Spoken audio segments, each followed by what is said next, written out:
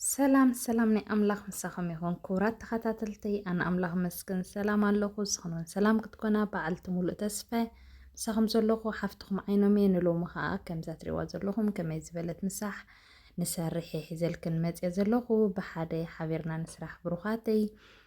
جميرا كسبت ودات كتاتلاها بهورو عد مكن مالتيو بروخاتي حجي كم ستريو وزلخن أبزي دستي already أرسيني إيه كم ستريو زلخن كأني أبزي عبي زبالة دستي كلتا شجرتي أبتيان اشتي كأني حانت شجرتي مالتيو زبالة بإيدي ماتيرة كم ستريو زلخن كقولوا جميرا مالتي ندحر بزح تدليخن بزح تسرحو كم زناتي واحد زبالة خوين كنكا واحد زبالة جبرا ماتيو كمون اتيان اشتي دستي قرب تشجرتي تمايستي مسبلة لي كلتا ما كان يتأولا زخون زيت تتغيم اللخو مالتي بزح زبالة تدليخن أبزح توبلوت زيتخن كم تخوينغن كم زو واحد زبالة مع خلاي قرنا نسرحو مالتي حج الساعة 5 ريال صبقتي توها هذا اللي أزلا زي أهون كأسيلا جميرا الله ترسن مالتي تدستي تي أرجل سلز بلد كأسيلا تبل زلا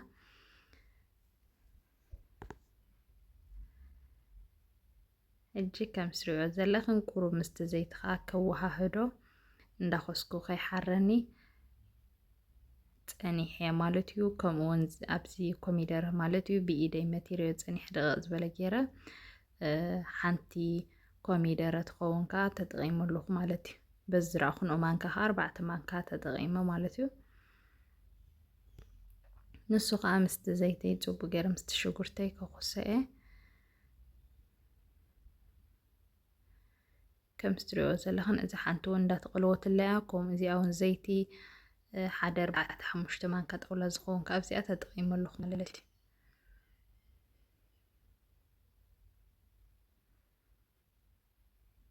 بقمت مالتي تزيدي عقام كون قن 4 مانكا قال خوني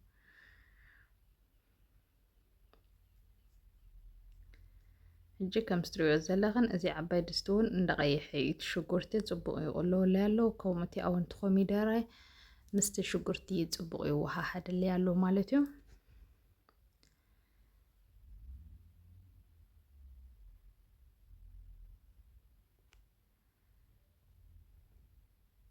ክድና ቢለት ኮሚደረ ጽቡቅ ገይሩ ሓዊ ክሳብ ዝሃርመለይ ቁሩብ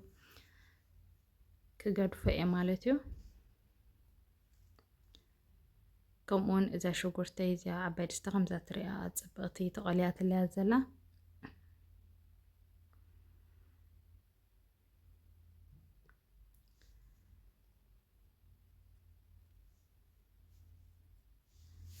እዛ ናይ ሎማዓንቲ ቪድዮ ክትፈትዋ ተስፋ ገብር ኩላትና ንሰርሖ ኢና እዚ መግቢ ግን ንምዝኽኻር ዝኣክል ማለት እዩ። ከምኡውን ተፈቲኽንኦ ሸር ላይክ ሰብስክራይብ ኮመንቲ ኣይፈለየኒ ብሩኻተይ እቲዮም ኣብ ኩሉ ቪድዮታተይ ኮመንት ብምጽሓፍ ሸር ብምግባር ተተባብዑኒ ከዓ ካብ ልበይ ዘመስግነኩም። እቲዮም ሓደሽቲ ዝኾንኩም ርኢኹም ሰብስክራይብ ላይክ ከይገበርኩም ተሓልፉ ግን ሰብስክራይብ ላይክ ክበሩ ክብለኩም እፈቱ ማለት እዩ።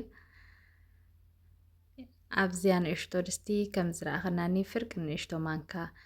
እዚያ ናይ ሽኮር ማንካ ማለት እዩ ፍርቂ ትኸውን ህሩድ ተጠቒመ ኣለኹ። ከምዚ ብጩው ክብለለይ ስለ ዝደለኹ እየ እንድሕር ተዘይደሊኽን ክትገድፍኦ ትኽእላኽን እቲ ናይ ኮሚደረ ሕብሪ ጥራይ ንባዕሉ ጽቡቕ ሕብሪ ይድህቦ ማለት እዩ። ሕጂ ኣብዚ ከዓኒ ሓንቲ ማንካ ጣውላ ማለት እዩ ድልኽ በርበረ ተጠቒመ ኣለኹ ከም ዝረኣኽናን ማለት እዩ። እዚ ድልኽ ኣብ ዝሓለፈ ቪድዮ ኣውሪድዮ ነይረ ኣብ ታሕቲ ብሌን ክገድፈልክን እየ ተደሊኽን ኣቲኽን ክትሪኦ ትኽእላኽን ማለት እዩ። ኣዝዩ ጽቡቕ ዝኾነ ድልኽ እዩ።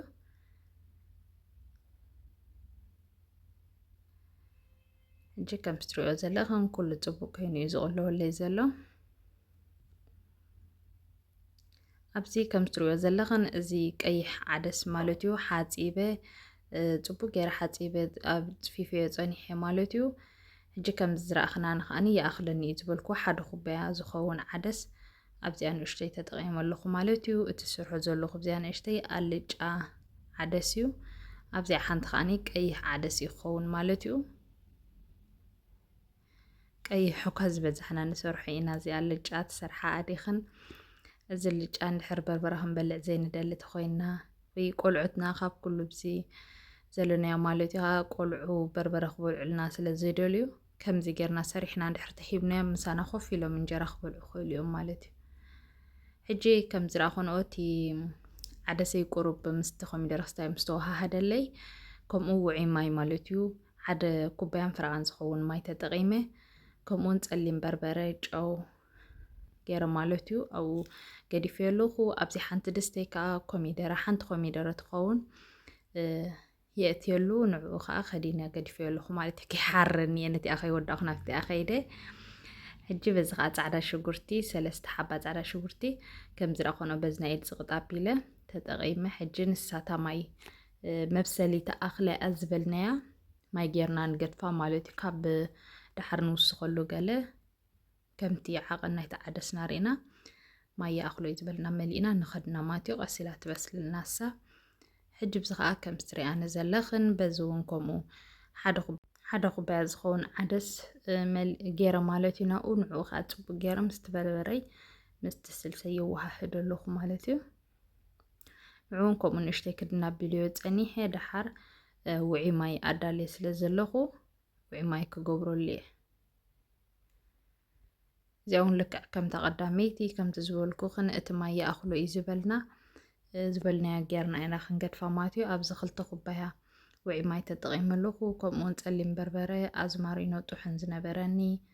ጨው ገይረ ማለት እዩ ከም ትሪእዎ ዘለኹም ጻዕዳ ሽጉርቲ 4 ሓባ ዝኾና ገይረ ከዲነ ክገድፎ እየ ክበስለለይ ማለት እዩ እዚኣ ልጫይ ከም ትሪእዎ ዘለኹን እቲ ማይ ሓንሳብ ምስ ገበርኩላ ከምዚ ኢላ ጽብቕቲ ኮይና ትበስለለይ ኣላ ማለት እዩ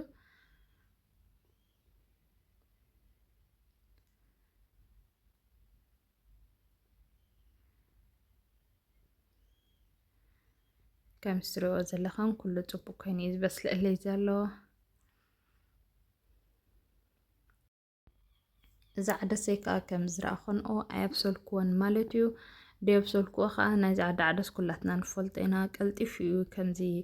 ምውድብል ቀልጢፉ ዳርጋ ዝበሰለ ዓደስ እዩ ኣብ ዓድና ኣብሲልና ገለ ኢና ንጥቀም ንኸነብስሎም ብዙሕ ግዜ ወስደልና ገለ ነይሩ ኣነ ከም ዝዝክሮ ማለት እዩ ኣብዚ ግን ከምኡ ይኮነን ቀልጢፉ እዩ ዝበስል ሕጂ ኣነ ኣብሲለ እንድሕር ብዙሕ ኣብሲለ እውን ተጠቒመ ይፈልጥኒ እንድሕር ኣብሲለ ተጠቒመ ግን ከምዚ ዳርጋ ሽሮ እያ ተቐይርታ ዓደሰይ ማለት እዩ ስለዚ ከምዚ ኢልና ኣብኡ ከለና ሕፅብ ኣቢልና ተጠቒምና ዝበለፀ ማለት እዩ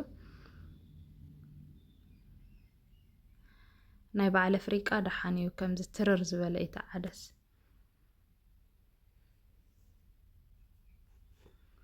እዛ ልጫይ ከም ትሪኣ ዘለኽን ዳርጋ በሲለ ሕጂ ከምዚ ኢላ ዝሓዊ ኣጥፊአ እያ ማለት እዩ ኖርማል ኣብኡ ከላኣ ገዲፈያ ዘለኹ ጽብቕቲ ኮይና በሲላትለይ እዚኣ ቀያሕ እውን ከም ትሪኣ ጽብቕቲ ኮይና በሲላ ኣላ ማለት እዩ ሕጂ ብዚ እቲ ኣልጫይ ኣውሪድያ ከምኡ እዚኣ ቀያሕ እውን ከም ትሪኦ ብህድእ ዝበለ ሓዊ ገይረ ገዲፈያ ፀኒሐ እሳ እውን በሲላ ከምዚ ኢላ ጽብቕቲ ዘይታ ንላዕሊ ፈልያ ማለት እዩ ሕጂ ወዲ ኣላ